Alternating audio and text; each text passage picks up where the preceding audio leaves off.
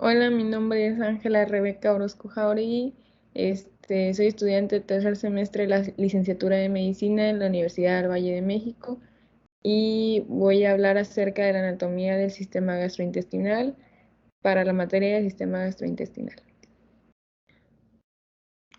Bueno, lo primero de lo que voy a hablar es acerca de la cavidad oral.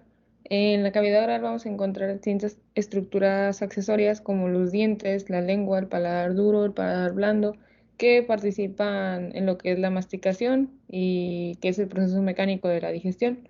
Bueno, en la lengua vamos a encontrar papilas linguales, las cuales son las piliformes, que son las que detectan el gusto, las foliadas y las circunvaladas. También dentro de la cavidad oral vamos a encontrar glándulas salivales que también participan en el proceso de la digestión. Bueno, aquí voy a hablar nada más de las glándulas salivales mayores, ya que son las que podemos ubicar más fácilmente. Bueno, primero la glándula parótida. Esta se va a encontrar en la región parotidia, que es en el triángulo anterior del cuello. Su límite anterior es la raya ascendente del maxilar inferior. El límite superior es el conducto auditivo externo. El límite posterior es la apófisis mastoides y el borde anterior del esternocleidomastoideo. Bueno, esta glándula va a estar cubierta por una fascia parotidia. Su forma es de una pera invertida que contiene un vértice, una base y tres caras. Una externa que contiene ganglios linfáticos, una cara anterior que se subdivide en labio externo e interno y una cara posterior que va a estar en contacto con el músculo esternocleidomastoideo. Bueno, su vascularización se compone por la carotidia externa temporal, superficial, maxilar interna y transversa de la cara, y las venas son la temporal superficial, maxilar interna, yugular externa.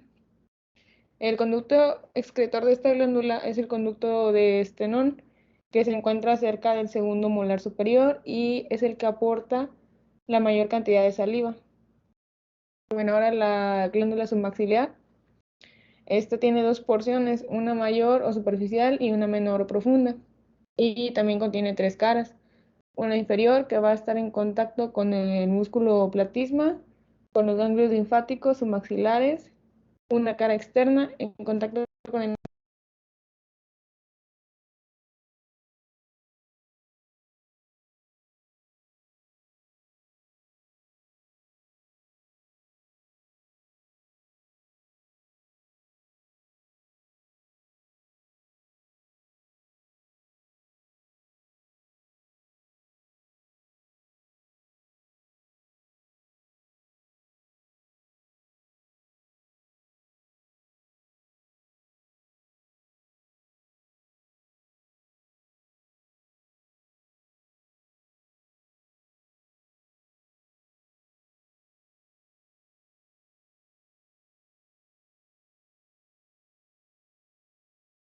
Bueno, ahora voy a hablar acerca del esófago. El esófago es un tubo muscular que comienza el tubo digestivo y va a comunicar la faringe con el estómago, llevando el vuelo alimenticio de la garganta al estómago. Este va a medir aproximadamente de 25 a 30 centímetros. Va a comenzar a nivel del borde inferior del cartílago cricoides, aproximadamente en la C6 y termina entre la D11 y la D12. Sus porciones son la porción cervical, que comienza en el borde inferior del cartílago cricoides y contiene un esfínter, que es el tendón cricoesofágico, que es el primer esfínter del tubo digestivo.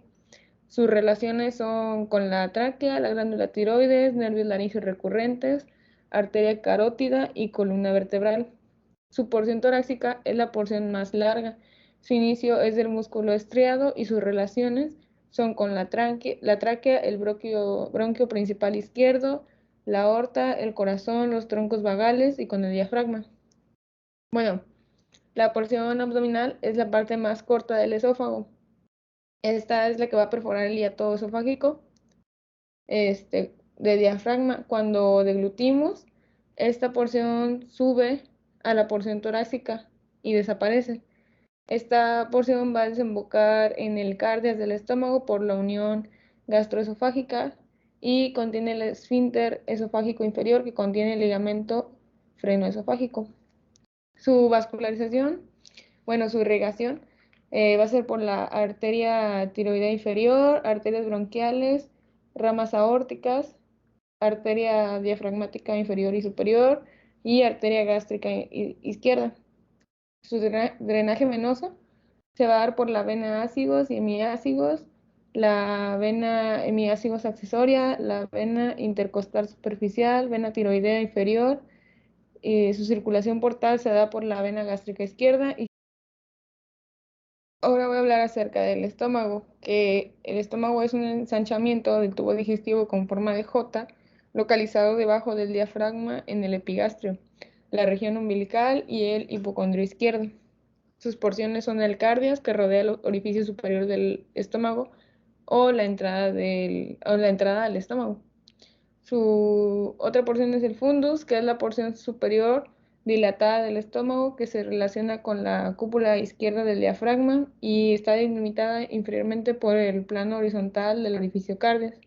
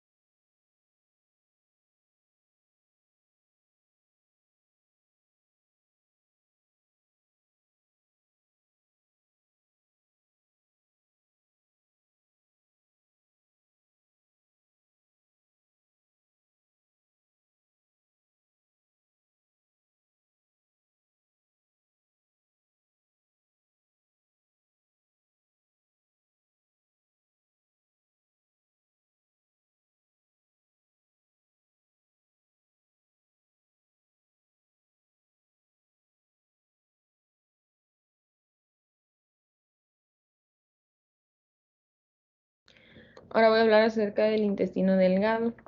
El intestino delgado se conforma de tres partes: el duodeno, el yeyuno y el...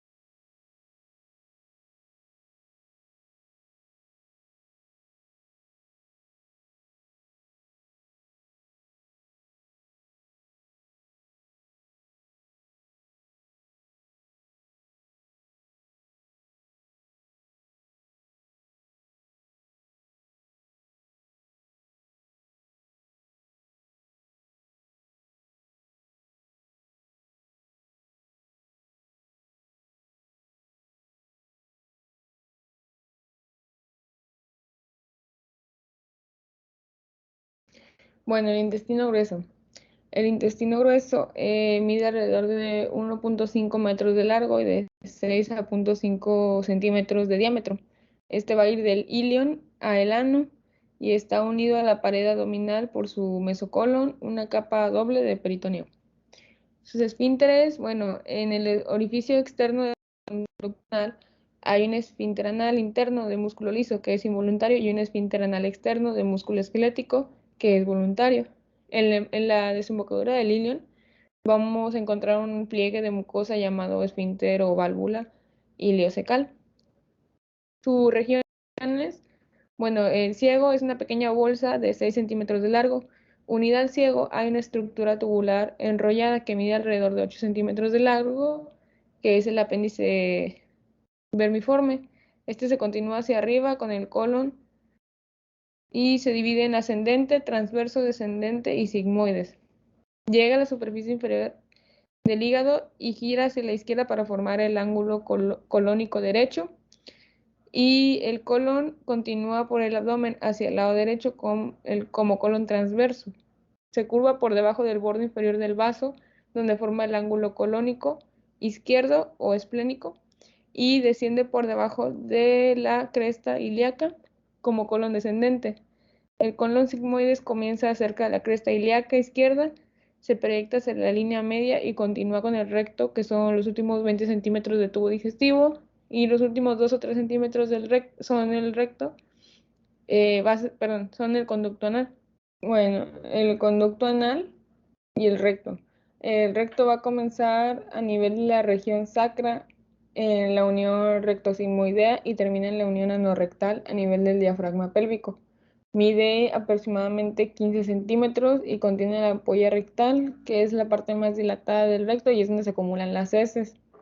El recto carece de mesenterio y austras. Contiene 3 pliegues transversos, uno superior, uno medio y uno inferior, que son los que le dan las curvaturas. El recto tiene 2 porciones, una porción pélvica, que es la superior, y una perineal, que es más inferior. Sus relaciones peritoneales, bueno, la membrana que lo envuelve es la fascia rectal. Esta está en contacto con el recto y con el sacro. En la mujer, entre el recto y el útero, se encuentra el fondo de saco rectouterino. También existe el tabique rectovaginal. Este va a separar estas estructuras, y en el hombre existe el fondo de saco rectovesical, que es el espacio entre el recto y la vejiga. También en este existe el tabique rectovesical que separa la vejiga del recto. El conducto anal va a comenzar en el diafragma pélvico y termina en el ano. Mide aproximadamente de 1.5 a 3 centímetros. El anillo rectal es un estrechamiento que es la separación entre el recto y el conducto anal. Las fosas isquiorrectales están laterales al conducto anal, y sus esfínteres, bueno, el esfínter externo va a tener 3 porciones. La porción profunda, que está debajo del diafragma pélvico, después sigue la porción superficial y la porción subcutánea, que es la más externa. Este esfínter externo está inervado por ramas del cuarto nervio sacro, por lo cual podemos controlarlo a voluntad. El músculo del esfínter interno está en contacto más directo con el conducto anal. Las líneas pectinas es una línea que divide la cavidad en mitad superior y mitad inferior desde la línea no rectal. La inervación de este esfínter es autónoma, por lo cual no tenemos control sobre este. En la mitad superior se van a encontrar las columnas anales, las válvulas semilunares del ano y los senos rectales, que contienen conductos, y los vasos hemorroidales internos. Dentro del seno rectal vamos a encontrar las glándulas anales, y en la parte inferior vamos a encontrar un surco que se encuentra entre los dos esfínteres, llamado surco intraesfinteriano. También vamos a encontrar los vasos hemorroidales externos y el borde anal. Sus zonas de transición son la nerviosa, venosa, linfática y epitelial. La irrigación del recto y el ano se va a dar por la arteria mesentérica inferior, la arteria hemorroidal superior, la ilíaca externa, que da la arteria hemorroidal media, y pudendo interna, que es la arteria hemorroidal inferior, y la aorta abdominal, que es la arteria sacra media. Y el drenaje venoso del recto y ano se va a dar por la vena mesentérica inferior, que va a dar la vena hemorroidal inferior, la vena ilíaca interna, que va a dar la vena hemorroidal media, y la vena pudenda interna, que va a dar la vena hemorroidal inferior, y la cava inferior, que va a dar la vena sacra media. Ahora voy a hablar acerca de la anatomía del hígado. El hígado es el órgano más grande después de la piel y la glándula más grande del organismo. Se va a situar debajo de las costillas de la séptima a la onceava. Y bueno, este va a ocupar la mayor parte del hipocondrio derecho y del epigastrio, pero también se va a extender hasta el hipocondrio izquierdo. La cara diafragmática del hígado va a ser lisa y con forma de cúpula, donde se va a relacionar con el diafragma. Esta cara está cubierta por el peritoneo visceral, excepto en el área desnuda. El área desnuda está delimitada por la reflexión del peritoneo desde el diafragma hasta ella, como las hojas anterior y posterior del ligamento coronario, que se encuentran en el lado derecho para formar el ligamento triangular derecho. Su cara visceral se va a encontrar cubierta por peritoneo, excepto en la fosa de la vesícula biliar y el porta hepático. Esta va a presentar fisuras e impresiones por el contacto con otros órganos. Va a contener dos fisuras orientadas sagitalmente que se unen en el centro para formar una H. La fisura portal principal está formada por la fosa de la vesícula biliar. La fisura umbilical va a estar formada por el ligamento redondo, que es el vestigio que queda de la vena umbilical. Los lóbulos anatómicos, bueno, el hígado se va a dividir en dos lóbulos principales, un lóbulo derecho y un lóbulo izquierdo, por el ligamento falciforme. El lóbulo derecho va a abarcar el lóbulo cuadrado y un lóbulo caudado posterior sobre la base de la morfología interna, y el ligamento falciforme se va a extender desde la superficie inferior del diafragma entre los dos lóbulos principales. Su vascularización, bueno, la vena porta hepática se forma por las venas mesentérica superior y esplénica, el tronco celíaco a través de la arteria hepática común, la como rama terminal a la arteria gastroduodenal y su rama a la arteria pancreático-duodenal superior.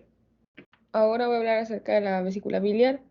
Bueno, este va a ser un saco músculo-membranoso con músculo liso que va a contener la bilis y la va a llevar hacia el duodeno por sus conductos. Las porciones de la vesícula biliar es el fondo, que es la porción más anterior, el cuerpo, que es la porción más larga, el cuello, que se continúa con el conducto cístico, el infundíbulo, que es una porción del cuerpo, y válvulas de Hester. Sus relaciones son con la fosa vesicular, el hígado, en el lóbulo derecho, el colon transverso, el duodeno en la primera y segunda porción, la pared anterior abdominal y el epiplón menor. Bueno, las vías biliares, la vesícula biliar va a contener un conducto cístico que tiene dos porciones, pars lisa y pars spiralis. Va a contener dos conductos hepáticos, izquierdo y derecho, que se unen para formar el conducto hepático común. Y el conducto hepático común y el cístico se unen y forman el conducto colédoco que lleva la bilis al duodeno. Bueno, el conducto colédoco va a medir de 4 a 8 centímetros.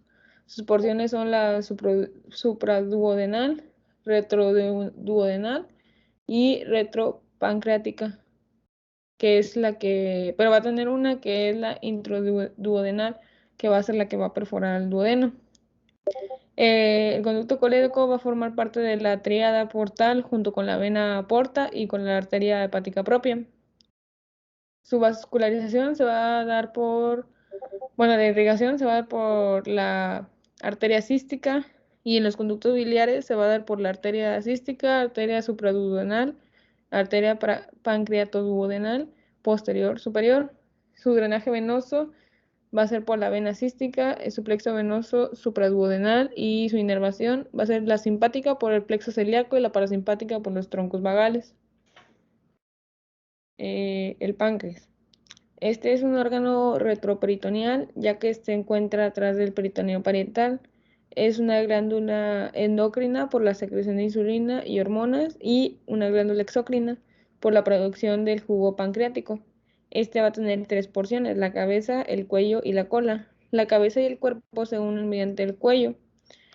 La cabeza está en relación con el duodeno y el proceso uncinado. En el cuerpo del páncreas encontramos el tubérculo pancreático, y en la cola encontramos el ligamento esplenorenal y el vaso junto a esta porción. Sus relaciones anatómicas anteriores son con el estómago, la transcavidad de los epiplones, el colon transverso y su raíz. Sus relaciones posteriores de la cabeza son con la vena cava inferior y la aorta, el colédoco y los vasos renales y gonadales derechos. Del cuello son la vena porta y mesentérica superior. Del cuerpo son el diafragma, la arteria mesentérica superior, la glándula suprarrenal izquierda, riñón y vasos renales izquierdos. De la cola Son la vena y la arteria esplénica y el vaso. El conducto pancreático va a atravesar de la cola hasta la cabeza, que es el conducto de Wilson, y drena en el duodeno junto con el conducto colédoco. También existe